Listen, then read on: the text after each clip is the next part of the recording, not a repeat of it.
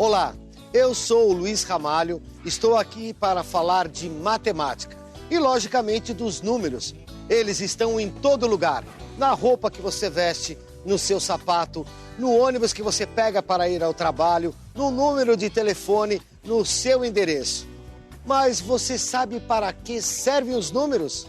Para contar. Diminuir, multiplicar, dividir. Medir. O número identifica tudo. Para tornar a nossa vida mais fácil. O número, ele surgiu, na verdade, foi uma necessidade humana. Então, conforme foi evoluindo, o ser humano foi evoluindo o processo de contagem, não o processo de número. Supõe-se que as primeiras contagens tenham surgido durante a atividade do pastoreio. Se o número de ovelhas era grande, então eles levavam essas ovelhas a um desfiladeiro e para cada ovelha que passava, eles separavam uma pedra. Uma ovelha, uma pedra, uma ovelha, uma pedra. No retorno faziam a operação inversa, né? Cada ovelha que voltava tirava uma pedra do monte. Se sobravam pedras, aquilo era indício de que alguma ovelha teria se desgarrado. Então podemos dizer que os primeiros números são os números para contar. Até por volta do século XIX, esses conjuntos eles não tinham uma formalização, né? Só muito recentemente é que se nomeou conjunto dos números naturais, esses números para contar, 1, 2, 3, 4, 5, acrescido do zero. Saber contar é importante em muitas situações. Um bom exemplo é quando a gente precisa estimar um público de um evento, ou mesmo saber quantas pessoas foram às compras em uma determinada rua da cidade. Dependendo do tamanho e da densidade dessa população, é possível contar as pessoas que estão na rua de uma em uma. A situação seria bem diferente se essas pessoas estivessem em uma área muito grande. O interessante é que fazendo essa contagem, sem querer a gente está demonstrando algumas das propriedades do conjunto de números naturais. Dá para perceber, por exemplo, que todo número natural tem um sucessor. Cada pessoa que a gente conta a mais representa o sucessor do número anterior. Dá para perceber também que entre duas pessoas ou dois números naturais consecutivos não existe outro número natural. Afinal, não existe meia pessoa. E também dá para entender que o único número natural que não tem antecessor é o zero. Não podemos ter menos uma pessoa em um lugar, não é verdade? Além disso, o conjunto dos números naturais é infinito. A propriedade dos conjuntos dos números naturais, eles aparecem nas suas operações. Então, quando nós vamos somar ou multiplicar números naturais, essas propriedades elas acabam se destacando. Essas propriedades são a comutativa, a associativa e a distributiva. A propriedade comutativa, ela funciona tanto na adição como na multiplicação. Então, se nós somarmos dois números naturais, A mais B, o resultado será igual a se eu somar B mais A. A mesma coisa funciona quando nós vamos multiplicar dois números naturais. A vezes B é igual a B vezes A. Os resultados são iguais. A propriedade associativa dos números naturais, ela funciona da seguinte forma. Eu tenho três parcelas, A mais B mais C. Eu vou somar as duas primeiras parcelas, A mais B, e o resultado eu vou somar com a parcela C. O resultado vai ser o mesmo se eu somar as duas últimas parcelas, B mais C, e esse resultado somar com a parcela A. A propriedade distributiva dos números naturais, ela funciona da seguinte forma. Eu tenho a junção de duas operações, a multiplicação e a adição.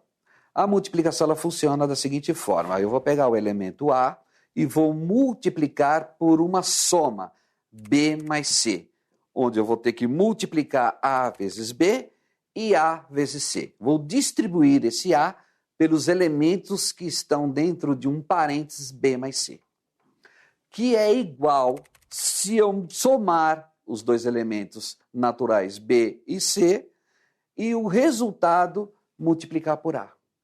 O elemento neutro dos números naturais, na adição, é o zero. Então, quando eu pego um número natural e somo com zero, vai me resultar o próprio número natural. Ou seja, A mais zero é igual a A. Na multiplicação, dos números naturais, o meu elemento neutro agora é o 1. Então, qualquer número natural multiplicado por 1 dá ele mesmo. Ou seja, A vezes 1 é igual a A, sendo A um número natural. Mas nem sempre essas propriedades que a gente vê na adição e na multiplicação se aplicam nos casos de subtração e divisão de dois números naturais. Isso porque, dependendo dos números envolvidos no cálculo, o resultado pode ser negativo ou uma fração. E números negativos e frações não pertencem ao conjunto de números naturais. Quando o número não faz parte do conjunto, costumamos dizer que ele não pertence a esse conjunto. Se faz parte, dizemos que ele pertence ao conjunto dos naturais. Para resumir a forma de escrever isso, utilizamos símbolos. Pertence, não pertence, está contido, não está contido. Quando a gente fala de elemento, então o elemento é relacionado ao seu grupo. Então o elemento pertence ao grupo. Se é um grupo pequeno, pertence a um grupo maior, o grupo pequeno está contido no grupo maior. A gente já sabe que o conjunto dos naturais é infinito, mas dentro desse conjunto podem existir infinitos subconjuntos. E dois subconjuntos muito conhecidos são os conjuntos de números pares e o conjunto de números ímpares. Em algumas cidades, a numeração das casas é dividida em pares de um lado da rua e ímpares do outro, como acontece nessa rua em que a gente está. Isso ajuda os carteiros no trabalho de entrega de correspondência. Portanto, aqui a gente tem um exemplo bem claro. De um lado, o subconjunto dos pares e do outro, o subconjunto dos ímpares. Assim como essas casas fazem parte da mesma rua, os dois subconjuntos pertencem ao mesmo conjunto, o conjunto dos números naturais. Bom, chegamos. Essa aqui é a minha casa. Vamos lá, vamos conhecer.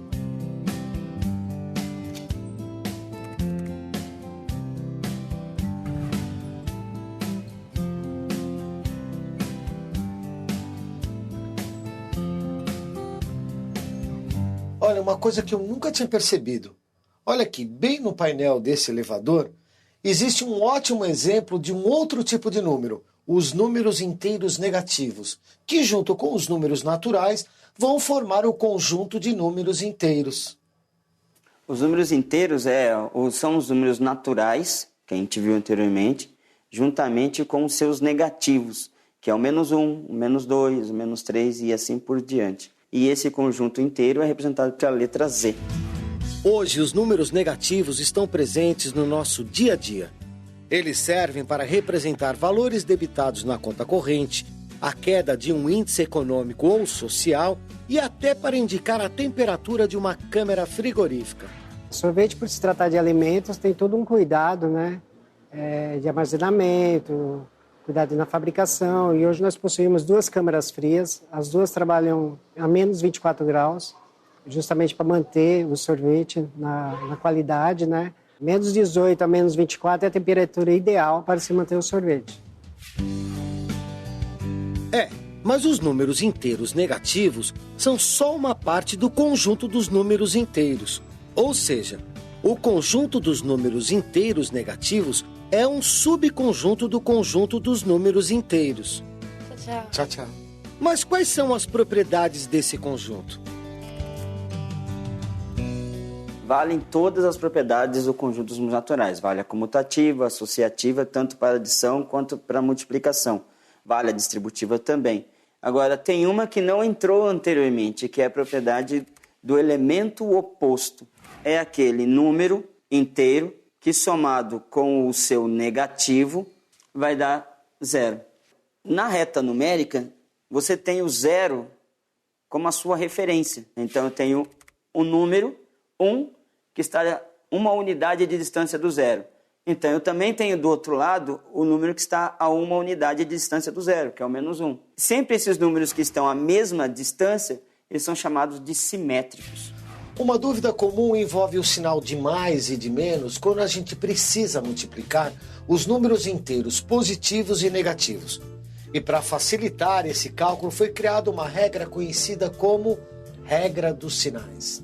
A regra de sinal na multiplicação e divisão de números inteiros funciona da seguinte forma. Quando eu vou multiplicar ou dividir dois números inteiros com sinais iguais, sejam eles positivos ou negativos, a resposta sempre vai me dar positiva.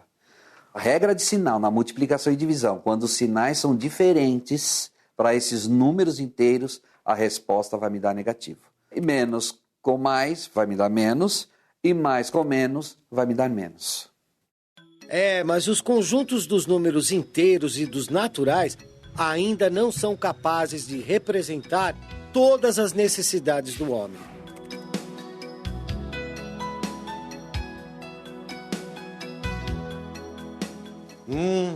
Na hora que a fome aperta, é ótimo ter um pedacinho daquela pizza que sobrou de ontem na geladeira, né? Um pedaço e pronto, salvou a pátria. Na fração é a mesma coisa que uma divisão. Então, uma divisão de um elemento por outro em partes iguais. Essa ideia de divisão, de repartir em partes iguais, surgiu lá no Egito Antigo. As margens do rio eram um dos poucos lugares onde podia fazer a plantação. Os sábios desenvolveram uma técnica, e essa técnica para repartir o terreno em partes iguais. A partir do momento que eles fizeram isso, ali surgiu a divisão, ali surgiu o fracionamento da terra, né? Surgiu a fração. Pois é, se tomamos uma pizza inteira como um inteiro, então esse pedaço de pizza representa uma fração. Normalmente, uma pizza inteira é dividida em 8 pedaços. Então, essa fatia que eu estou comendo representa 1/8 da pizza que eu pedi ontem. Mas as frações não pertencem nem ao conjunto dos naturais, nem ao conjunto dos inteiros. Elas fazem parte de um outro importante conjunto numérico, os números racionais. Os números racionais são todos os números que eu posso escrever na forma de fração. Ou seja, os números na forma A sobre B, onde A e B são números inteiros e B é diferente de zero. O denominador B é diferente de zero. Os números naturais também podem ser vistos como um número racional. Por exemplo, o número 2, que eu posso escrevê-lo da forma 2 sobre 1. Se eu quero enxergar o 2 como um número natural, ele será o 2. Mas se eu quero enxergá-lo como um número racional, eu posso escrevê-lo na forma 2 sobre 1, 4 sobre 2, 8 sobre 4. Tudo resulta em 2. Os inteiros negativos também fazem parte dos números racionais. Eu posso pegar o número -3 e representar na forma -3 sobre 1, que vai me resultar em -3, que é um número racional. As frações não inteiras também podem ser representadas como um número racional. Por exemplo, 1 sobre 2. O 1 é um número inteiro e o 2, que é o denominador, também é um número inteiro e diferente de zero. A propriedade específica que diferencia esse conjunto dos outros anteriores é que ele possui o elemento inverso. Significa que um número racional multiplicado pelo seu inverso, isso aqui vai sempre ser igual a 1. Quando a gente encontra o elemento neutro da multiplicação, este elemento é o elemento inverso. Quando eu compro um melancia, eu compro o quarto da melancia. Uma receita de bolo vamos supor, meia xícara de açúcar. Eu meço 1,63. Tomate está R$ 4,99. Um pacote de arroz está R$ 10,30. Olha, como deu para notar, além das frações, a gente costuma usar uma outra forma para expressar os números quebrados. É a representação decimal. O número decimal é aquele em que, depois do número inteiro, há uma vírgula seguida de um ou mais números à direita, que são as casas decimais. Desses números decimais e as frações, elas têm uma relação única, né? Elas são equivalentes. Como assim? Se eu pegar o 1 dividido por 2, a fração 1/2, isso daqui é equivalente a decimal 5 décimos. Então, eu também posso escrever a fração 5 décimos, que vai ser equivalente à mesma decimal. Algumas vezes o resultado é uma repetição infinita de um número depois da vírgula. Isso é o que chamamos de dízima periódica. Observando o conjunto dos racionais, a gente percebe que ele inclui o conjunto de números inteiros e o conjunto dos naturais. Mas então, todos os números que existem fazem parte do conjunto dos números racionais? A resposta é não. Os números irracionais, eles têm uma história bem curiosa, né? Pitágoras, né, o grande filósofo, geômetra do século VI a.C., o próprio teorema dele que gerou uma crise naquela escola filosófica que ele tinha. Estudando o quadrado, era possível reconhecer, visualizar, medir com uma régua a diagonal do quadrado, mas aplicando o teorema de Pitágoras, o que se encontrava era a raiz quadrada de 2. Então acreditava-se, até aquela época acreditava-se que todos os números pudessem ser expressos ou por um número inteiro, né, ou por uma razão entre números inteiros, tipo uma fração, né? Mas não se encontrou nenhuma fração que fosse igual à raiz quadrada de 2. Só muito tempo depois, mais ou menos uns 200 anos atrás, por volta de 1700 e pouco, que se conseguiu demonstrar que esse número, raiz quadrada de 2, e um monte de outros números, não poderiam ser expressos como uma razão entre dois números inteiros, ou seja, não existe uma fração que represente esses números. Alguns números irracionais são famosos. Razão áurea, número neperiano, raiz de 2, raiz de 3. Mas talvez o mais famoso dos números irracionais seja o π, uma proporção numérica que tem origem na relação entre o perímetro de uma circunferência e seu diâmetro. O valor de π é aproximadamente 3,14159266535. Ufa! Perdi o fôlego. Mas como é um número infinito, não daria mesmo para descrever ele inteirinho.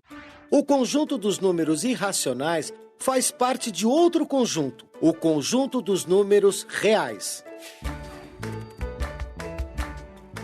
Esse conjunto, vamos dividir, essa caixa vamos dividir em duas partes. Aqui são os irracionais. E aqui são os racionais. E dentro dos racionais a gente tem os inteiros, e dentro dos inteiros a gente tem os naturais. A hora que eu junto toda essa galera numa panela só, esse daqui são os reais. Bom, agora a gente já conhece todos os conjuntos numéricos que fazem parte do conjunto de números reais e a importância de cada um na história da humanidade, né? Opa, só um minuto. Olha eles aqui de novo. Números, números e mais números. É isso aí, gente. Até a próxima. Valeu!